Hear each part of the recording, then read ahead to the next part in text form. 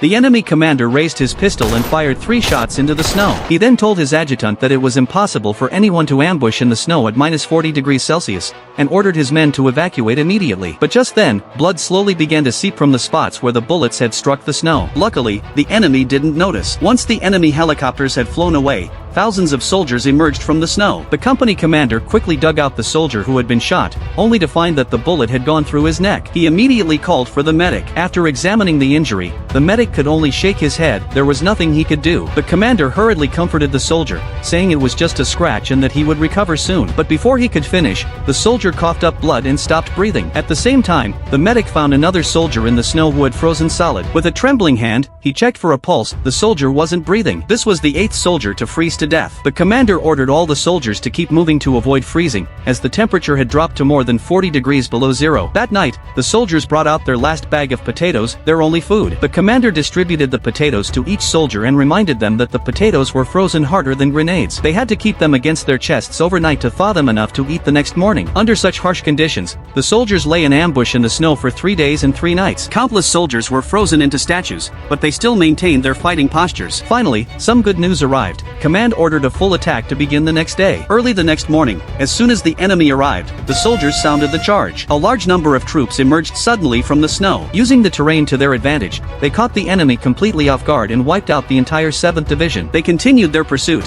attacking the enemy airfield under cover of darkness, breaking through the enemy's defenses, and successfully capturing their high ground. Starving, the soldiers eagerly helped themselves to the enemy's food. After eating their fill, the commander ordered them to build defensive fortifications. This high ground was a critical route for the enemy's retreat. The next day, the enemy relied on crazy bombing by planes and bombarded the highlands with howitzers for several days. Under the intense artillery barrage, nearly the entire company was wiped out. Just as the enemy was about to overrun the position, the commander took out a machine gun and handed it to a soldier beside him. He ordered him to take the gun and fall back with 2 other survivors. Then, he picked up an explosive pack and charged toward the enemy. He chose to die with them, giving his life to defend the position.